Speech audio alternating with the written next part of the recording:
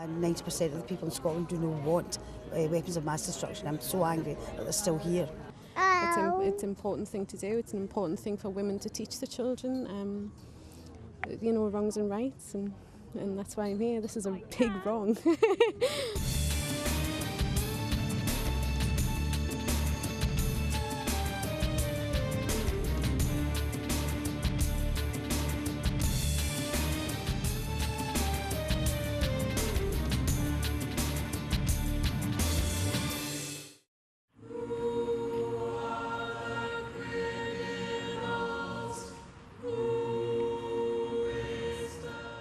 In October 2007, anti-nuclear protesters from Britain and around the world gathered outside the city of Glasgow on the west coast of Scotland.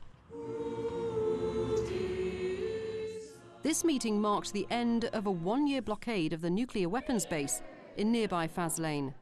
Do we have any Welsh contingent here? Do we have any Irish? Wake-up call will be 4 a.m. Anywhere this evening, and you can see people sleeping, please do be as quiet as you can. Let them get as much rest as they can.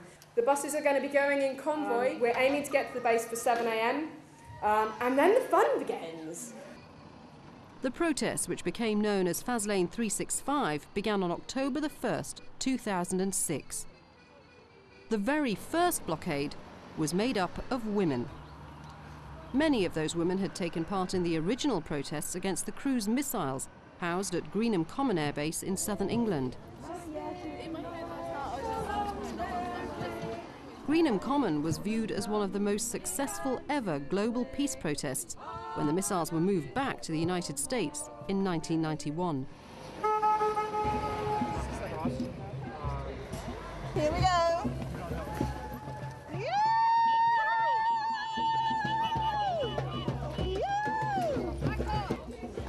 Gently, gently.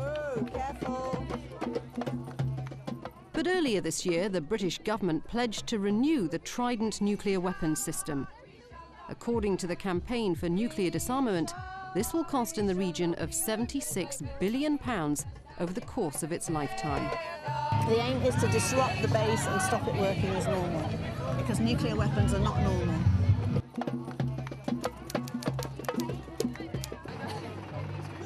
They closed the gate at the moment. They've admitted that they can't let anyone in at the moment. Can you see it? Yeah. It's half closed.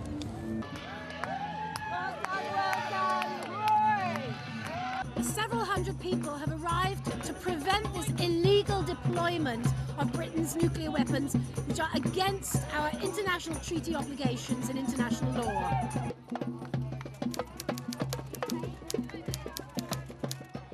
We should be ashamed of having these weapons. No country that currently does not have nuclear weapons should want them. They are a security hazard. They are a security breach. They are not a security asset. It feels colonial that England have got their warheads, you know, in Scotland, and if the place blows up, it's Scotland that blows up, you know, that they think so little of people.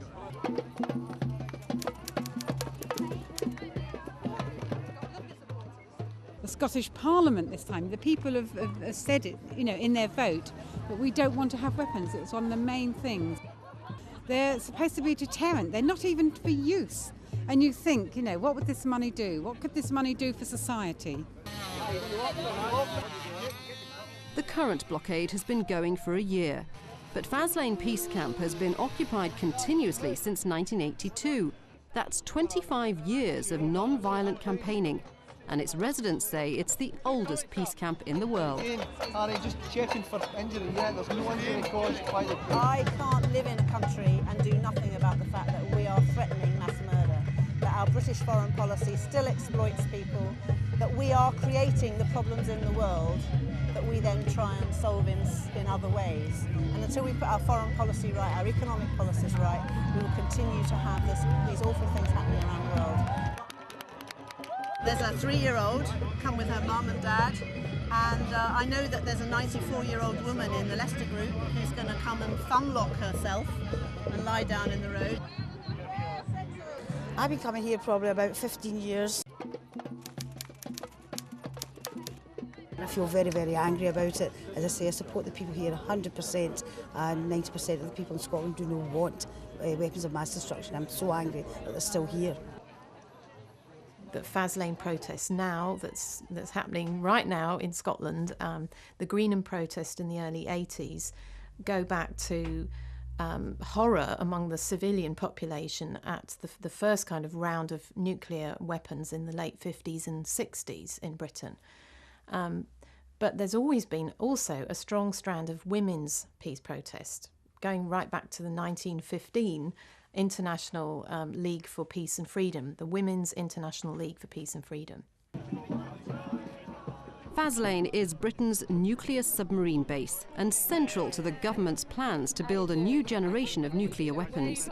It currently houses 4 Trident submarines armed with 58 Trident missiles and up to 200 warheads. What would you like to see happen? Start for the whole international community getting rid of the nuclear weapons, starting with us. The south gate's blocked, the north gate's blocked, but the oil depot gate that was blocked has just been cleared, so they just asked a few more people to go down to the oil depot gate. But they've got, hundreds and hundreds of police on, so they are clearing us fairly fast. What did your children think as they were growing up and you were involved in these movements? They found it a bit difficult with some of the kids at home because, if you're in the newspapers and things, it's a bit difficult. But my daughter's actually lying down in the road at the moment. She's backing it fully. How do you feel about that? I think it's great. I mean, she's taken on the whole non-violent ethos and she's doing it in her own way. And it's got her affinity group here and is doing her bit to try and stop the weapons as well. And what happens if your own daughter was to get arrested? She has been arrested before and she's just about to be arrested now. In fact, I think that might even be her being carried away at the moment.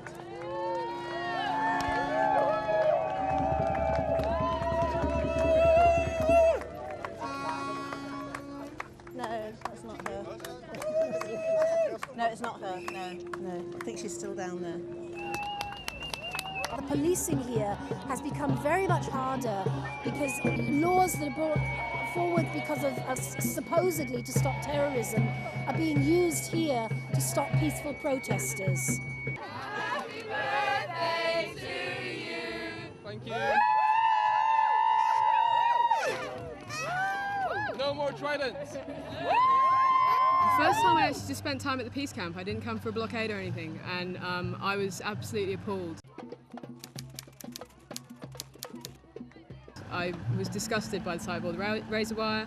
I was really upset by it actually, because it's just so horrific having this here, and knowing that my government is paying for it, and that there's a whole bunch of people in my country who think it's a good thing. There's a lot of women here. If you look at the young people who have locked their arms together in front of this road, more than half are women. Women are the backbone of the peace movement. Men want fast, quick results. Women know that it takes a long time and you've just got to keep at it. In June 1980, the British government announced that RAF Greenham Common was to become the first UK base to house cruise missiles. Late the following year, a small group of women marched on Greenham Common to set up a peace camp. It lasted for 19 years. I think I spent in total something like about 11 years. I actually lived at Greenham Common for 5 years. It certainly made a permanent change in the lives of every woman who took part in Greenham, whether for a few hours or a few days or a few years. In such an inaccessible part of the country and in appalling weather conditions, it was a remarkable show of strength of the anti-nuclear lobby.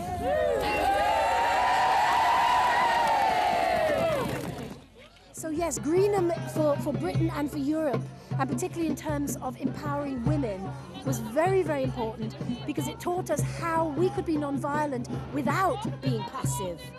And then we've brought that message into the rest of the peace movement and spread it around the world. What is this in aid of? Is this to prevent us getting in or you lot getting out? The Greenham campaign was very much about women's empowerment as well as about protesting against government policy that put civilians at risk of nuclear war. And in fact, it was often a place where women came in fairly traditional roles as sort of mothers who were worried about protecting their children. And then through the campaign, they discovered a new sense of what it was to be a woman, or even a way to question what it was to be a woman. So certainly in these campaigns, you'll find a kind of process of women's empowerment and questioning of gender roles, questioning of sexuality, and that was very much part of the Greenham campaign.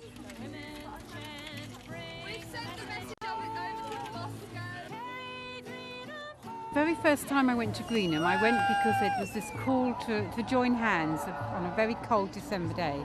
And I then was a married woman with 2 children. I was a housewife. It was an incredible learning curve for me, and it changed me completely.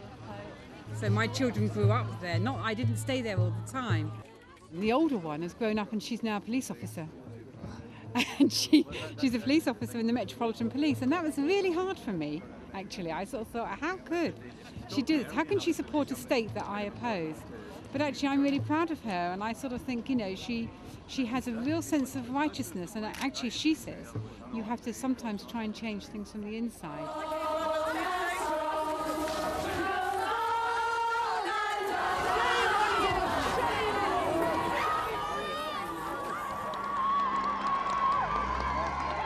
When everybody thought that after a week and after a month and after a year we would go because the message would be that those weapons were going to remain, I think the fact that we stayed there and we didn't go, actually it made them have to rethink, and they knew that we wouldn't go. We wouldn't go until those weapons had left.